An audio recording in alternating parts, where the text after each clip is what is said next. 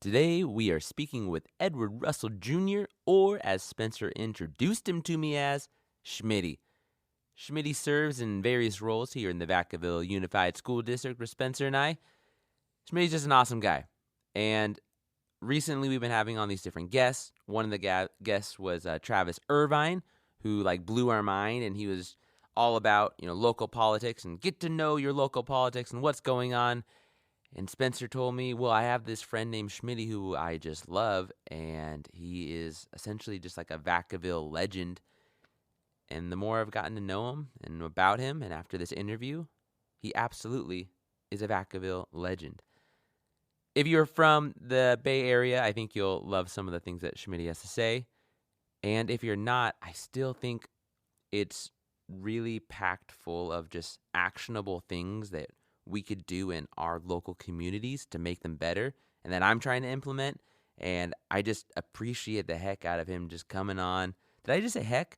Man, I've been teaching all day. Hell. There we go. Anyway, Schmitty, I forgot what I was going to say. I love you a whole bunch. Thank you for doing this. I'm just going to keep rambling, and eventually the drums will go like... Okay. The harder the conflict, the greater the triumph.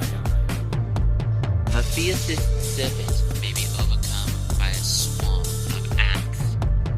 Lead me, follow me, or get out of my way.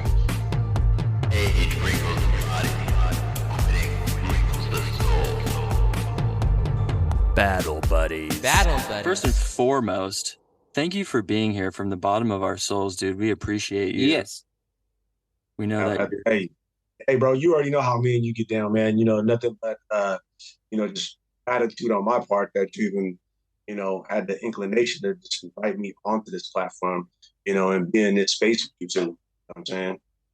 So, ladies and gentlemen, welcome to a special episode of Battle Buddies. We got a very, very special individual here by the name of Edward Russell Jr. That's super formal. I call him Smitty. Most people call him Smitty, right? Yes, sir. Is that what the kids call you? Yeah. So me and Spencer had this thing, just having conversations, amongst ourselves and just trying to really, build that relationship with young folks. The whole traditional colonial aspect of hierarchy and trying to separate people with titles, just builds into that perception that once you add a Mr. or a Mrs. or a doctor or a principal, some kind of, prefix to your name, it automatically just sends out this aura like you're better than that person and you have more authority or more power or more. So, we just kind of was like, nah, you just call us by our first name because that's who we are. We're no better than you, and that's what the kids call us, man, straight up. And that's nothing. I don't take that lightly because that goes a long way. I just don't really do the whole title, I don't really. I go back and forth on it. Right now, I'm in the title thing, but I make my kids call everybody with the title. So, the custodians, I was like, he's Mr. Raoul. And, you have to call him that if we're talking about, cleaning up in our classroom and stuff. Correct. Yeah. Right. And I agree with you, Kevin. And so I don't want this to make this sound like I tell young folks to call everybody by their first name. I know, excuse me, our children who are grown now, since they was little, we always said, hey, that's Mrs. So-and-so or that's Mr. So-and-so. Until they give you that, go ahead. And even then, for me, when I'm talking to people, in this educational world, I'm always like, hey, Mrs. So-and-so or Mr. So-and-so. And they're like, well, stop missing me. Well, I just don't feel right calling you Joanne. You know what I'm saying? In front of your class, in front of your class, I'll call you Mrs. Whatever. But when it's just us just having a conversation, then, hey, Joanne, what's up? Absolutely. So a little bit of background, listeners. Me and Smitty met while we were working in attendance and welfare for the school district, right? And so Smitty and I worked at a school that was in what would be considered the rougher part of Vacaville, right? Right. I guess you would say Brown Street, whatever. Would you call that? I was I was What would you call it? everything is relative. The So truth. Very everything is relative. relative. So when we're talking Vacaville, yeah, it's probably on the more grimier side Yeah. of Vacaville. Sure. But in context, if we was to put that and juxtapose it with Castlemont High or PS 149 in the Bronx, Right. like, oh man, that's a nice school you guys. Yeah. Yep. Yeah. So Yeah, I used to teach English at a community college in Inglewood, and very different from any basketball school I've ever been Pretty in. much. yep. That's why I said everything is relative. So, Yeah. what is the roughneck school of Vacaville? So Yeah. is So we would hang out at this school that with students who needed just a little bit more attention because they made a whoopsie daisy at school, right at their normal school. And so they got pushed out to this other school where they just needed extra attention. And so me and Smitty during lunchtime, the way we kind of met and started getting to know each other was we would play basketball with the students, right? And pretty quickly, me and Smitty just started talking philosophy, politics, history, the future, what it means to be a dad, what it means to be like a brother, a friend, like just all the topics you could possibly think of. And I just remember walking away. I mean, one day, one of my best memories of work, period, in my life was when me and Smitty played basketball against these two like high schoolers. And bro, we stomped them so bad. And just listening to the banter that Smitty had on these kids, bro, I walked away from that being like, you know what? I will forever love this man until the day I die, bro.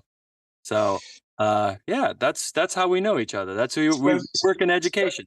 Spencer caught me on a rare occasion where I let my guard down, and once it came out, it was like no turning back now. We're here. Let's just go. And yeah, he caught East Oakland Smith. He didn't catch he caught East Oakland Smith. It was great. I loved it. I think sometimes when I need a little giggle, I just look back at that moment and be like, man, that was hilarious. That was and the thing about that is, so if we're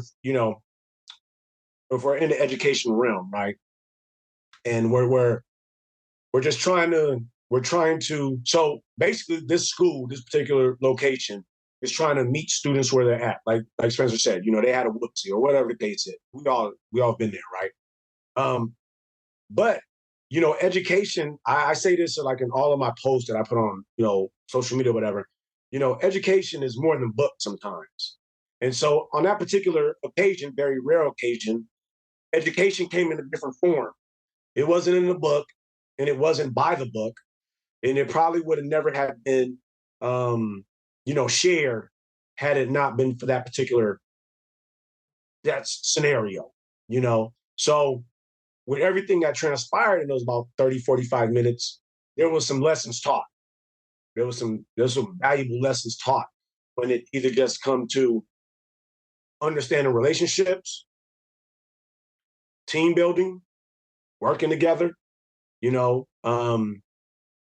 so as much as Spencer got a kick out of it, I was trying to, prove a point to a certain extent and just doing it my way, 100%. So, yeah.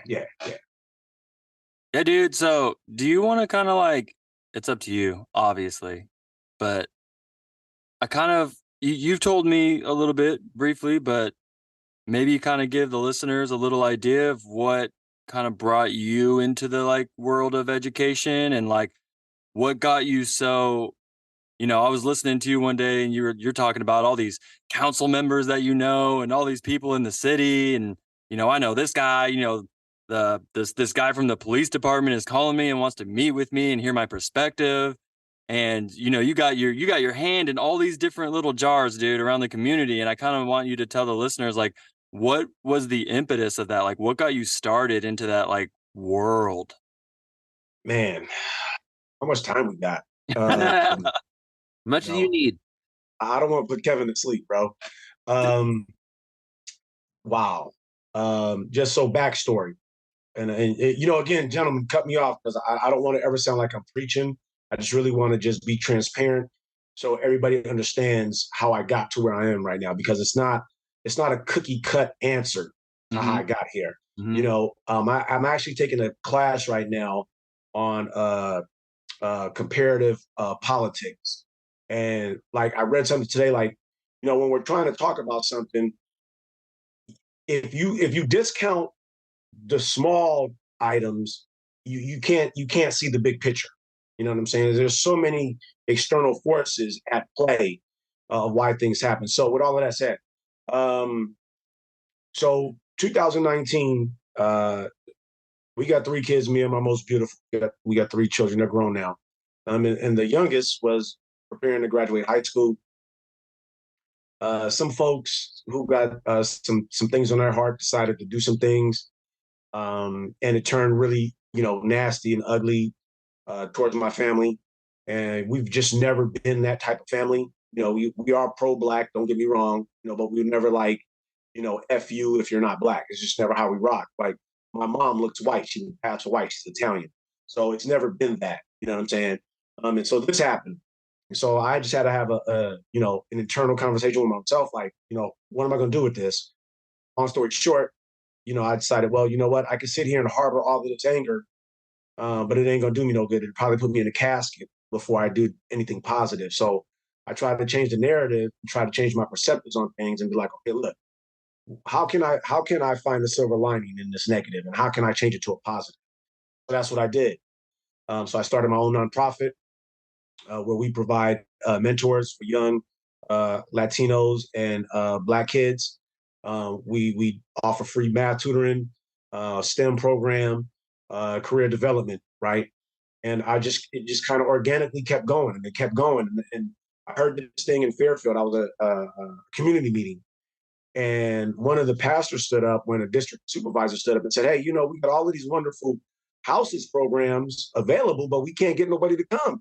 And the pastor was like, "Well, how come I don't know about it? I'm a pastor in this city." And I was like, "Wow, our lack of communication is a problem when we're trying to talk about all of these things that's going on. When we're talking about houselessness, when we're talking about students that need assistance, whether that's transportation to school, whether that's, you know, the internet access, book access. We're talking about people that need a litigation service, and we're talking about people who migrated here from outside of this country and don't know how to speak English and get taken advantage of. I mean, there's so many things, programs, resources, people that want to help, but the people that need help don't know how to access it. Yeah. Yep. So that got me going to where I am. So instead of me waiting for people to knock at my door, I decided, you know what? I'm not even going to knock at the door. I'm just going to kick the motherfucker. Excuse me. I'm going to kick the damn thing down, and I'm going to come in and I'm going to sit at a table and I'm going to kick my feet up, and we're going to have a conversation about some things. And so I kind of weaseled my way into Vacaville City Council. I weaseled my way into Fairfield, Benicia and Vallejo, you know, and I made their business my business because their business is my business. Yeah. Absolutely. Yeah. And their business is my people's business. And my people don't know about it because we have this ideology, conditioned, trained thought process that, like, I just send my kid to school and this wonderful Wizard of Oz place teaches my kids these things. I don't know how it does, but it does. And then, you know, there's this built-in generational trauma when we're talking about the police and government. So why would I want to go to a city council meeting when they have it directly across the street from the police jail or the police office? So there's just all these myriad levels of complicated and congruent pieces that keep us isolated. Isolated is the wrong word. It keeps us, you know, outside looking in because we don't want to be a part of that, because if I go there, what are they doing to me? You know what I'm saying? So that's how I kind of just got involved with everything, just trying to be nosy, trying to learn some things, trying to see how I can be more helpful to the community as a whole, not just as a Black man for Black folks, but just as a whole, you know, because the funny thing is, you know, it's easy for me to sit here and say, you know, I just want to help Black men. Okay, great. Well, we got 95% population in juvenile hall that's Black, right? But if we look at the house's population throughout the side of Solano County, it's predominantly white, Mhm. right? So I can never just be the people, the advocate of one. Right. Don't get me wrong. I am Marcus Garvey. I believe in my heart, like I'm going to stand up for my black community.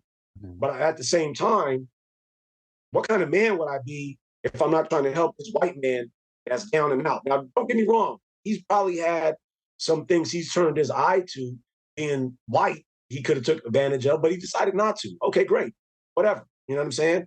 But if he's down and out because of some other external facts that ostracize him outside of just being a white man, then I feel as though okay, I could try to help him as best I can. So that's how I kind of got this like mixed up in a little bit of everything around here, and just through word of mouth, law enforcement officers reached out to me and wanted to have some conversations, kind of pick my brain, because what I admire, about any particular white male officer that wants to have a conversation with me, you know, that's major. Why would they even want to talk to a black man? Right. For them to throw that olive branch out there and say, "Hey, what's on your mind?" or "How do we do this?" Like I had a gentleman just like, "I don't know how to talk to black kids." And I was like, right. So imagine me, and Spencer's going to go through this shortly, but imagine me with a 16-year-old daughter, and she's telling me, "Dad, you just don't understand." And I'm Right. like, damn right, because I'm not a girl. I've never been a 16-year-old girl. So how do we expect white officers to try to have a conversation and understand Black, Latino, Asian, and any other race that they're not familiar with? You know what I'm saying? So again, just trying to be that bridge to start these conversations that might eventually down the road, 50 years from now, 100 years from now, will lead some tangible change within our community when we start talking about, working instead of silos, but as a unit. And then when I say that, I'm talking about school, Mhm. community, law enforcement, whoever else. We all just got to be one community if we're ever going to try to make any progress, as a whole. Woo! Yeah, thank you. I'm pumped right now. Mic drop over here. Bro, All right, ladies and gentlemen, thank you for listening. That was Battle. Yeah, man. One of the things that I've always really admired about you and I have tried to emulate and learn from you is, your ability to listen. And when you go to all these different things, whether it be, meetings, local meetings, or for like City Hall or whatever, what have you, you're always coming back with all this information and just your mind is such an interesting sponge, dude. So it's always cool to listen to what you got going on. And I also respect the fact of how you have the courage to disagree respectfully with people. Like many times you and I have just talked and you're like, "Yeah, man, I hear you, but I disagree, and here's why." You know what I'm saying? So I being married teaches you some things. oh, for sure, yeah. So you have to learn how to respectfully debate or have some kind of discourse with your spouse if you plan to be in it for a long time. So I got that from my wife. Most I beautiful heard thing. that. Well, listeners, for those of you who don't know, one of the ways that you can get to hear more of Smitty is his podcast, Public Comment. I'm going to put links to your podcast below in our bio. It's super awesome. I've listened to multiple episodes. It does just as much as inform as it does make me laugh with your monologues. I love your monologues, and I learn a lot about some of the stuff that you bring up. How did you? So for those that are trying to, so like my toes have been dipped in the water of like education and like school board stuff. Like I follow that pretty well, but in terms of like city council and stuff, and we're kind of caught the bug of like, oh, local politics is where it's at. Like that's where the change matters. So how would you tell the listener that maybe is interested in getting involved with local politics? Like what's the first step so is it just going to city council meetings, or what do you think is the right move? The the first move I would say, and this is just me, I'm sure other people have different philosophies on this, but finding out who your city manager is paramount. And the reason I say that is because, if we look at government and politics in the macro sense, right? And let me just go here for a second so I can get to that question when we're talking about local politics. So when we're talking about politics or government in a general sense, and we look at things, the president has a role in of the United States. He has a role. He's appointed in this what we call a republic democracy. He's a representation of everybody that voted for him, and that's what he is. It's not like he has the power to create policy. We have three different understandings or disciplines when we talk about the federal level, right? We have the executive office, which is president. We have the legislature's office, which is Congress, and then we have third, judicial, which is Supreme Court. And they all kind of supposedly work independently to check and balance. So that tells you that the president is just kind of like ambassador for this country. He's going to kiss some babies. He's going to shake a few hands. He's going to invite some diplomats over, but he just can't go to war by himself. He has to get approved. He can't just create the budget that comes from Congress. He doesn't make any laws. He ratifies the laws. Right. He signs them into legislation, and it's still a multi-level progress to get there, right? So then we circle back and we just become like really micro, and we start talking about in the city. The mayor absolutely does nothing. The mayor doesn't. The mayor doesn't even start the meeting. The city clerk starts the meeting, right? Right. The mayor has a full-time job, unless otherwise he's privileged enough that he doesn't have to work. Yeah, I was looking up, Vacaville mayor makes like $60,000. God. Well, that guy is a different story right now. That guy. Is that former sheriff? He's our current mayor right now, right? Yeah, absolutely. Right. Can we get into that later? Can you tell us all the things? Okay, yeah. Sorry, I cut you off. I apologize. No.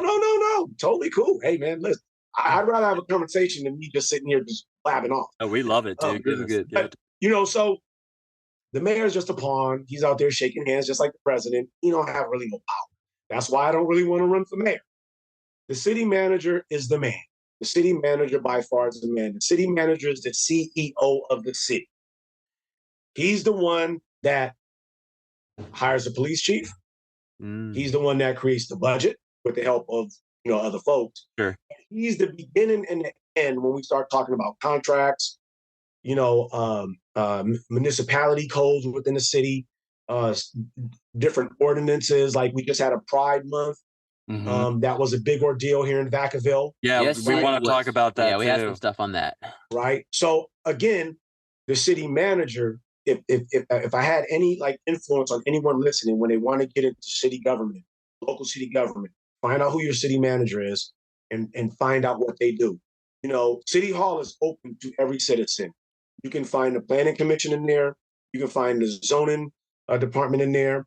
And if I could just really quick, just be really specific and intent, if we're talking about the Black community, let me not even say the Black community. We're talking about a low income, mostly marginalized, underrepresented communities. And that could be any race, doesn't matter. Right. And we start talking about this question about what's in this city. So if we just look at Browns Valley or upscale Houston or Beverly Hills, or certain parts of New York or Miami, whatever. The zoning department tells you, oh, okay, well, in Browns Valley, we're just having homes in a park. It's going to be so beautiful for the family just to walk out on the late night evening, enjoy the breeze and puppy shit everywhere and things like that, right?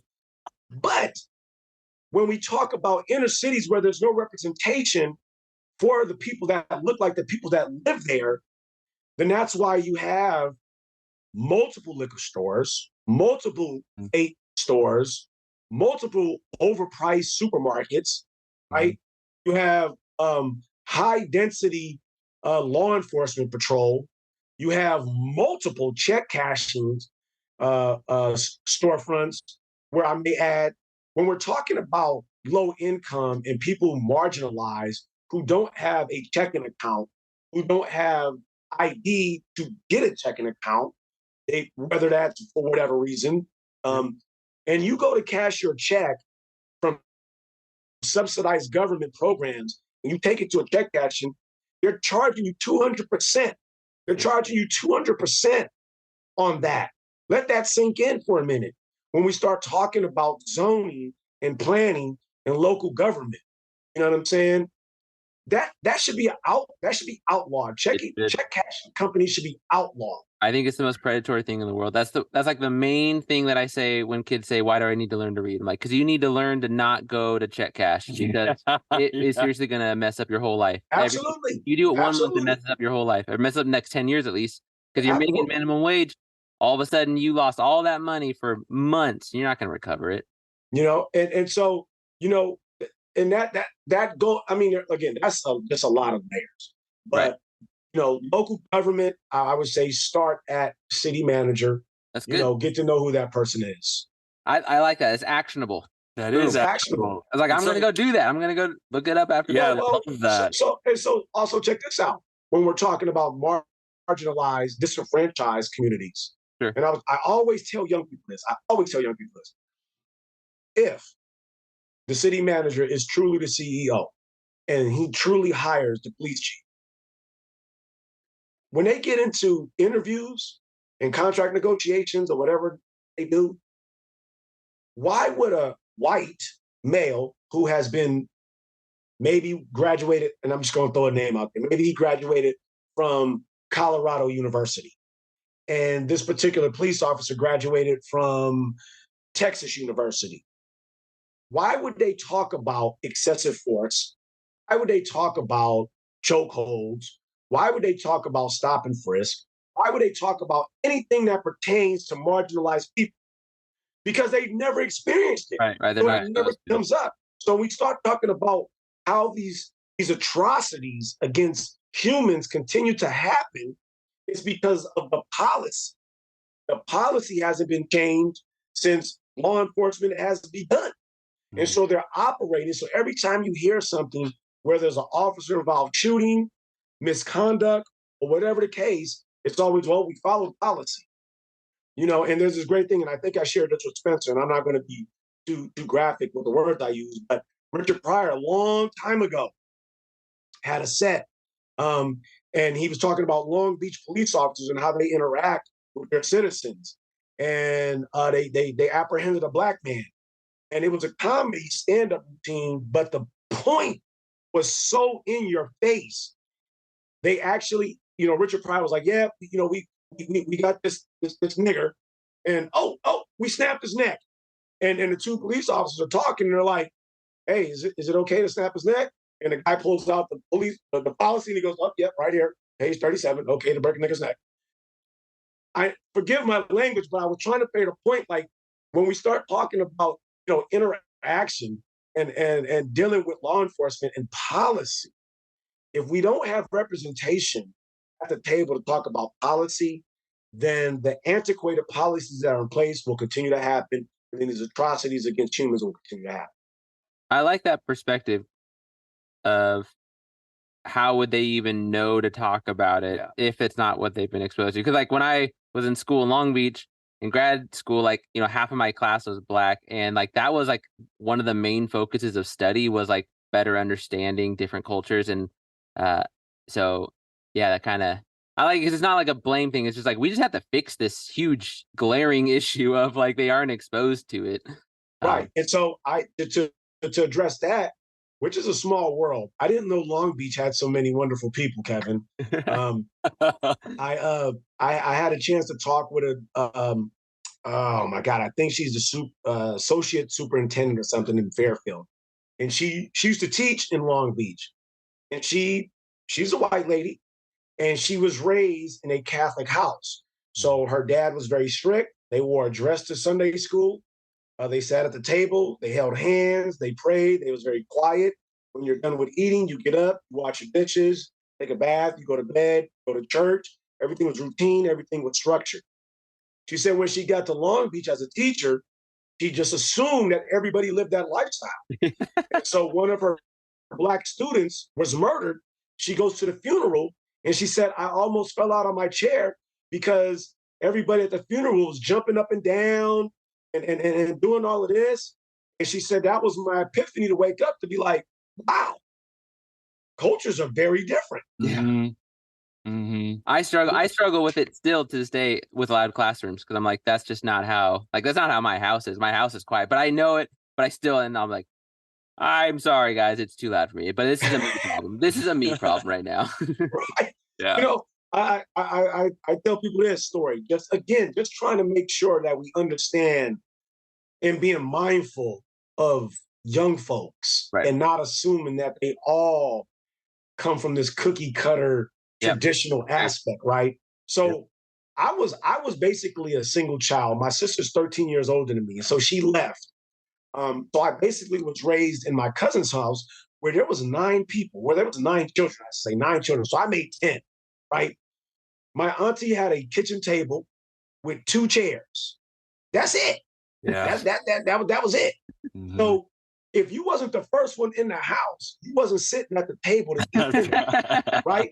You know, and so my reality lived experience was if I wasn't first to the table, then I was probably sitting or standing at the counter of the sink or the wash machine that was in the kitchen, or even at the stove, or just standing up holding my plate. Yep. So sitting down with a dolly and a salad spoon and a cup and a napkin was not my reality. Yep. On top of that, I'm undiagnosed ADHD. So when I get into the school and I'm running around the cafeteria eating my little miniature hot dogs and throwing them at people, now all of a sudden, you know, I'm a basket case and I'm this unruly child, you know, but they don't know that that's what we do at home. We stand up and eat at home. You know what I'm saying? Yeah. So again, it's just those little things that culturally, and it's not necessarily culture. So I know some white folks don't necessarily have, you know, the Jesus table. You know what I'm saying? Absolutely. They might be eating off the stove as well. So when we are mindful and we allow young folks that grace, be who they are authentically, we probably get a lot more out of them, you know, in the classroom. I saw the other day as I was flipping through my stupid YouTube shorts or whatever. Don't say like you hate YouTube. Right? My algorithm's pretty cool, but I got Who one. created algorithms anyway? I don't know. But it was talking about like Denzel. They were interviewing Denzel Washington about some movie that he made, and they were like, "Hey, would somebody else have been able to make this movie? Like a white person, could they have made this movie?" And Denzel Washington was like, "Well, I don't think it's really like a color thing. I think it's more of like a culture thing." Right. You know, Steven Spielberg directed Schindler's List, but like obviously Martin Scorsese would have done a fine job making Schindler's List, but it was a culture thing. You know what I mean? Like we went to this comedy show in San Francisco, and this lady comes up to us and she's like, "Oh, I heard you guys were from Vacaville. I'm from Fairfield." And I was like, "Ooh, a fellow Flatlander." And like immediately she knew what I was talking about, right? Because of the culture of Fairfield, right? Mm-hmm. So it's interesting. Because that's the most exciting thing about Fairfield. Is flat. I like the Schindler's list. I like that because look at De Palma when he directed Scarface. You know, I think it's cultural, but then it's just also being creative. Right. You know, but if your creativity is limited to your exposure, then that's where I think if we're trying to address what Denzel was saying, you know what I'm saying? Because you look at Eminem, right? What he's been exposed to allowed him to further the culture. Absolutely. Right? You know what I'm saying? So that's a good again, point. Right. So I don't know if it's necessarily, you know, a culture thing. Maybe it's what you're exposed to. Sure. And you enhance the culture, if that makes sense. You know what I'm saying? Mean, I saw you say once to a student where you were like, "Hey man, one of the main things that I can recommend to you is like get out of your hometown. Go experience life somewhere else." And then meanwhile, I'm like, hey, bro, have you been to the Philippines? You're like, no, man, too far. That's too far. I'm not going. Too far. So hey, so that's the dichotomy of the complexity of me. It's like I tell people, like, yeah, go there, fly away, fly away, spread your wings. Me, I'm cool right here. I'm gonna stay right here. Yes, sir. But that's because, I mean, I get sometimes listeners, I'll get text messages from Smitty at like 7 a.m. He's like, I'm going on an airplane flight and I'm about 2 beers deep. already. And it's 5:40 a.m. Right. You know? I feel it, bro. I can't stand flying. Oh, yeah, me and Spencer already had this conversation about flying. I don't want to bore you guys, but it's bad. But I just saw a meme. Let's see if it checks out for you guys. You have no experience flying an aircraft, but if an aircraft's going down, could you land it safely? I'd figure it out. every guy's answer. Absolutely. You know, it's so many dials and instruments up in that cockpit. You know, I would hope there's something. If there's aviators, people who build airplanes, Boeing, I'm talking to you, Northrop Grumman, I'm talking to you, for the safety of everybody, right? Like included, right? Put a button. We have the technology right now. You just put a button there that says land. That's a good. You have a button that says autopilot. Put a button there that says land, and the damn thing should land itself. And I only know that to be true because I was just outside before coming on the show with my grandson and his drone. He's 3 years old. It has a button, and the drone lands by itself. You don't have to do anything. So if the drone can do it, people, a 747 or a 737 should be able to do it too. That's all I'm saying. Not a bad point. Because every time I get on a plane, I revert back to 1978, 1977, when Bugs Bunny just jumped out the plane at the last second. Like at the last second, right? I was supposed to smash to the ground, and he just hopped off and kept walking away. I'm like, I need that in my life. For sure. You know? Hey. Maybe they could give us because airplanes are all, my father-in-law flies, and it's all binders, right? So they have a binder for every possible scenario. And so it's just hella boring. But I would read through one of those binders, like, here's some literature in case things go sour. Yeah. Like, yes, I will flip through this. Or just play that video game, the Microsoft Flight Simulator. Flight Simulator is great. Simulator. Yeah. Simulator. I tried it. I tried the Flight Simulator, and I crashed multiple times. And I was like, okay, this is not helping me. I was going to say, that's got to make you more paranoid about it. Harder than I thought. Is that right? Well, one, it told me that I won't be successful if we got to that point. Yeah, don't count on me. So, who is the Vacaville city manager? Aaron Bush. His name is Aaron Bush. Have you met him? I haven't met him personally. I know him. He knows me. We kind of run. What a badass thing to say. He knows me. God damn it! I never say anything like that. Do you just walk into restaurants in Vacaville and you're like, table for two? Aaron Bush knows me. I am now. Just walks around. Yeah, I know Aaron Bush. I am now. I know your liquor license is in trouble. Yeah. Hey, it is absolutely flattering, humble, weird, sometimes awkward when I'm out and about and people kind of notice me because I don't really know why they notice me. You know, it's very. I want to be able to say this the right way. So coming up as a young man, for whatever reason in my mind, I always thought I was two different people because I knew I was rebellious. I knew that. But I also knew I could be a nice guy. You know what I'm saying? Right. So it was like trying to just figure out where this line is, you know, to kind of border it. And now where I'm at my age and my experiences, I don't really care. I'm not trying to be both at the same time. Right. I'm who I am when I'm him. You know what I'm saying? When I'm that, that's who I am. And so when I'm here and I say something, you know, then that's who you get. You're going to get authentic that. And when I'm over here, you're going to get that authentic that. And the crazy part about that is I remember listening to Tupac when I was coming up, and I was blown away how he could go from one song which was so in your face and disrespectful and violent in nature, to Brenda's Got a Baby, where he's talking about, you know, women losing their baby or taking it upon themselves, abortion or whatever the case. I was like, wow, how can a man go from one extreme to the other? And that just kind of really just stuck with me for a long time. And now where I'm at, I'm like, oh, okay, you know what, Smith? You can be a total asshole, but you can also be this sensible, caring, loving individual at the same time. So when I'm out and about and I get people that kind of recognize me or see me and say, hey, I know you, or I seen you here, whoopty whoop, I always got to be like, okay, so where did you see me at? How do you know me? Because if you only know me from this part, then, you know, we might have to have a conversation, you know, because I'm really not that way. You know, I only have to be that way when I need to be that way. And, you know, I'm not trying to make it confusing, but, you know, it's certain times when I have to say what's on my mind and I can't bite my tongue, you know, because if I do, then I'm not being me.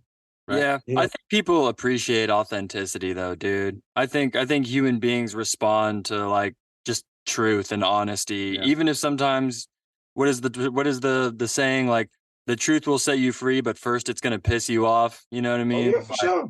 So For sure. I don't know. I think it's infectious. I think people like being around people who are unapologetically real. We made a joke, me and Smitty, because a lot of people were pushing him to try to run for like mayor of Vacaville. And listeners, for True those of you story. for those of you who don't know, Vacaville is like a predominantly like conservative and white town. But it's confusing because Vacaville is very interesting. It's like 100,000 people, right? But then we have a lot of migrant farm workers that come from Yes. Dayton and Winters, and so like that trickles Yes. in. Yes. And then we have lots of like more like inner city, like minorities or underrepresented groups coming from Fairfield and Vallejo. And so like it is a interesting mix of humans. Totally. And when it works, it's awesome. Absolutely. We're not the Bible Belt by any means. No, of, no. like, No. United States. We are fairly conservative Yes. compared to many California. Yes, there's That's Oh, very without true. question. you will see your fair share of like Trump flags waving around here, right? Seen them today, baby. I seen them today. There you go. I love the two flags. I love when it's two. Me and Smitty were talking about if he were to run for mayor, I feel like a lot of conservatives would like him because they're like, you know what, he really speaks his mind. I really appreciate that. Like, I love that guy. He just says what he wants. You know what I'm saying? Exactly. Like they could completely disagree with everything he's saying, but because Schmitty's like cursing, they're like, yeah, this guy rules, dude. Well, everyone go wanted ahead, Kevin. everyone wanted Trump when you're like, oh, he just speaks his mind, and they thought he was speaking the truth, and then just they were all disillusioned, like, oh, he was just being an asshole. Like that's Right. different, I guess. Right. And so what's funny about that, Kevin, is, you know, me and my son had this conversation about Trump, my youngest son, before he became president. And I was like, you know what? He's going to get a lot of people because people are tired of politicians. He's not a politician. That's not his life. He's a businessman, and he's about business. You know what I'm saying? Now, what's funny about Trump is before he became president and kind of became the whistleblower of racism and that whole nine, everybody wanted to be Trump. Every man wanted to be Trump, maybe secretly, if not outwardly. And I say that because everybody watched his show. Whatever his show The was, Apprentice. The Apprentice, right? Everybody wanted to get the Playboy Mansion with him and Hugh. You know, everybody wanted to stay at the Trump Plaza. You know, what's my man's name, the rapper? Why I can't remember his name. St. Louis. He's talking about Trump in his song. E40 has a song called Trump Change. So it's the irony of his existence and how he just totally changed everybody's opinion of him is absolutely insane. Yeah. Because everybody was like, oh, he's just going to say what's on his mind. But, you know, and that's one thing I learned is like, when you say what's on your mind, you're going to piss some people off. Yeah, yeah, you know? Absolutely. You're going to piss some people off, you know, so it's the good and the bad that comes with it, you know. But the one thing I will say is, you know, with me, and I'm never going to compare myself to Trump. I don't even think I'm in his realm. But when it comes to me, if you leave a conversation with me, you're never going to have to look back and go, what did he mean by that? Yeah, right. Yeah. Well, we just spent a solid hour, so I think I have a solid closing question that Yeah. you can give us. Bro, it's been an hour? Dude, yeah. Yeah. Right? Yeah, it's over an hour now. That's what happens. Time flies over here at Battle Oh, Buddies. you guys rock, bro. You rock, dude. You rock. I love this. All right. So here's a the shirt, dog. The Bay Area, I need to give you one of those. Area. Y'all don't know. I'm not trying to cut you out, but y'all don't know. Me and Spence then had some serious conversations. Like we go all the way absolutely hysterical, insane, over the top, the absolutely deepest, heartfelt, like conversations that like two people could have. Oh yeah. You know what I'm saying? And it is crazy. So oh, it's great. Oh yeah, dude. We got nothing but love for each other for sure. All right, closing question, and I feel like you're gonna appreciate this one. What, since we work in education, right, and we are surrounded by students all day, Smitty is definitely surrounded by a huge range, all the way from like your elementary students all the way to high school. Absolutely.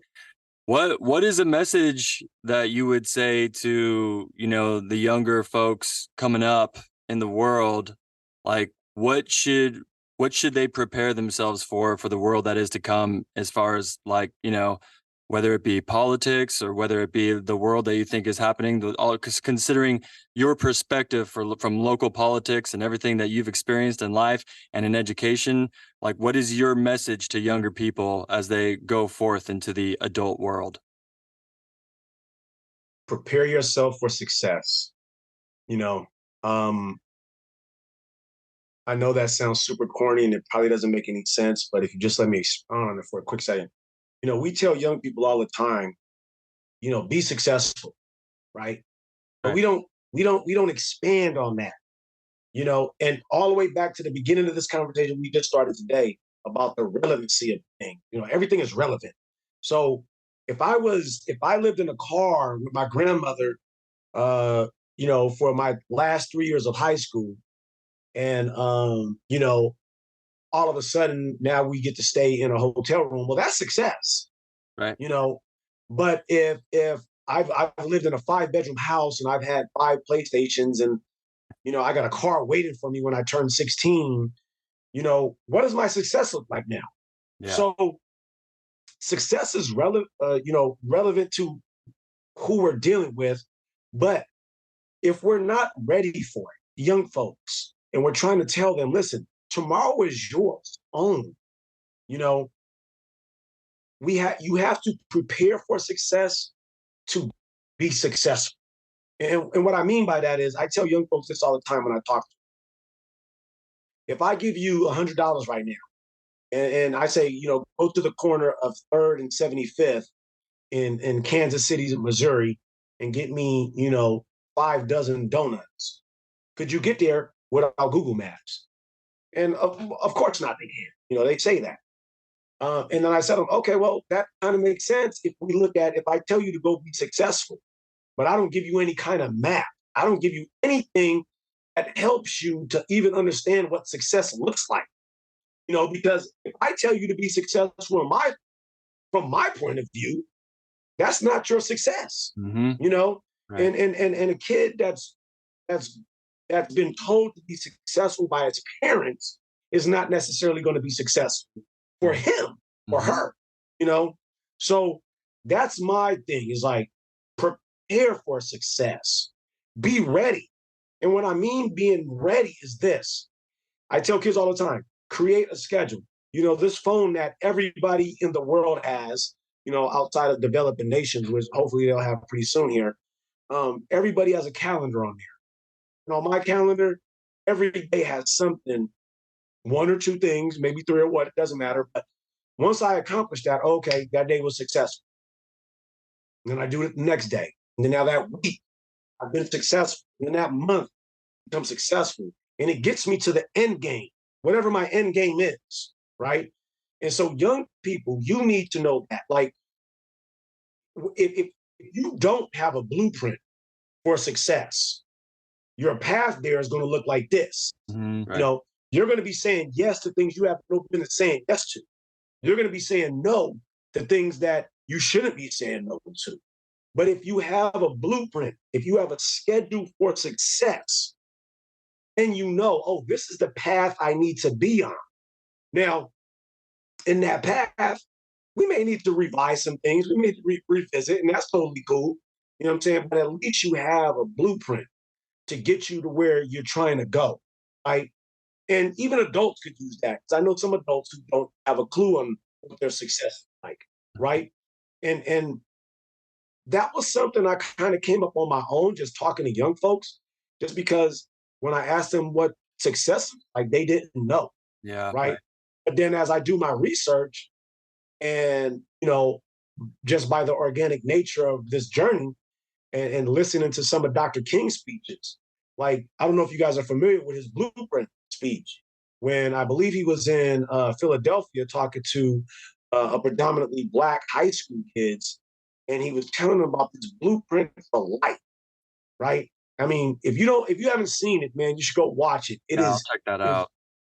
It's 15 minutes of free game, like.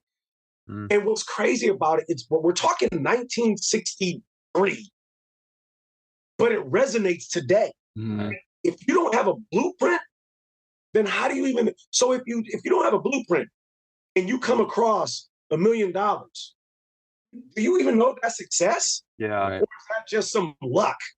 And then if it's just luck and it's just arbitrarily luck, you blow that $1 million. Now you're not successful anymore.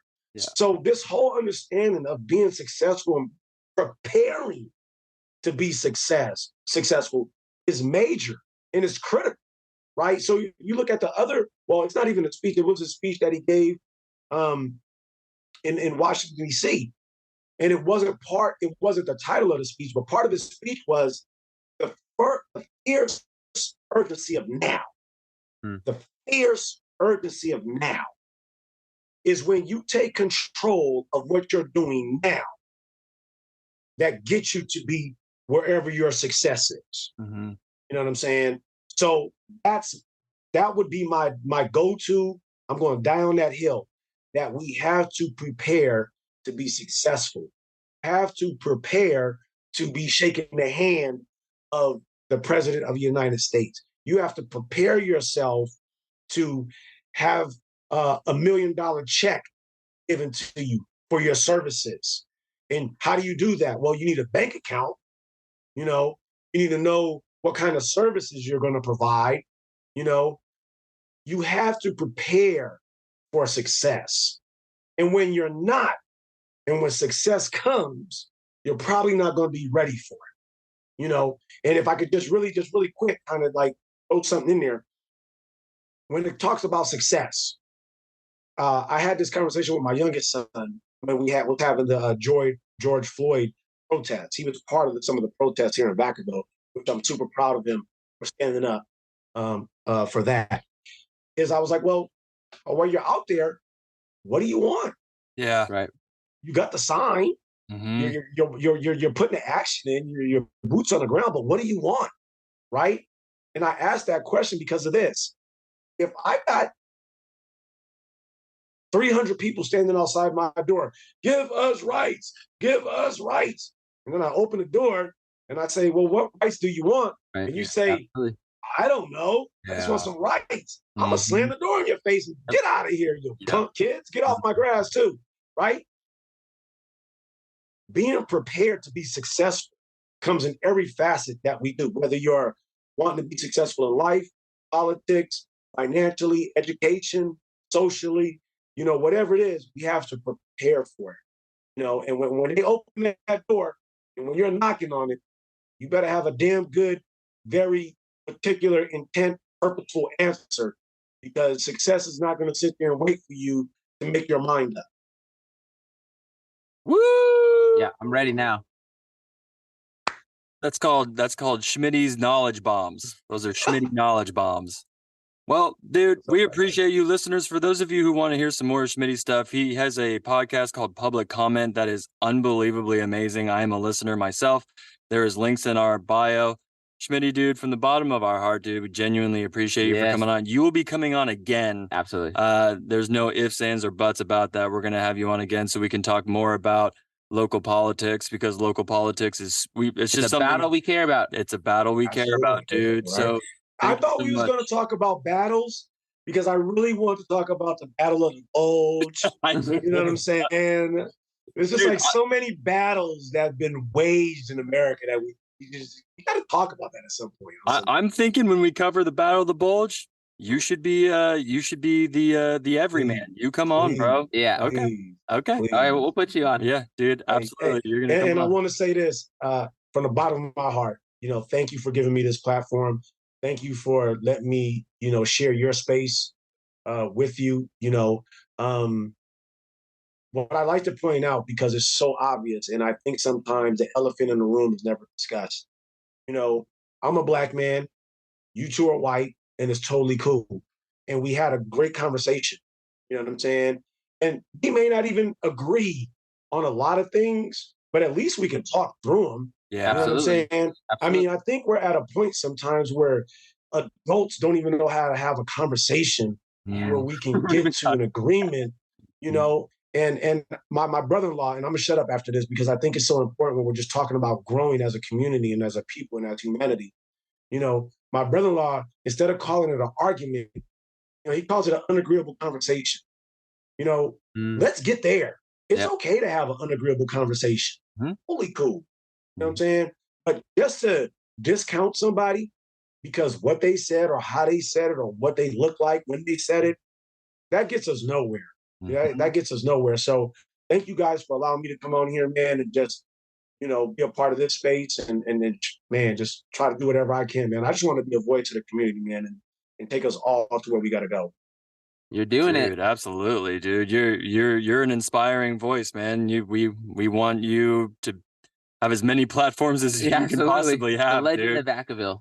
Right on. Thank you, guys. Dude, thanks for coming on, man. We appreciate you. And we have a little we have a tradition here. We know you love traditions. We have a tradition here at Battle Buddies where we sign off by doing a battle charge saying bonsai. So typically what I say is, ladies and gentlemen, thank you for listening to Battle Buddies. We appreciate you. And until next time, bonsai. Bonsai. Well, nice. Take a shot. Take a shot. Oh, that's the best bonsai we've ever had. That was great.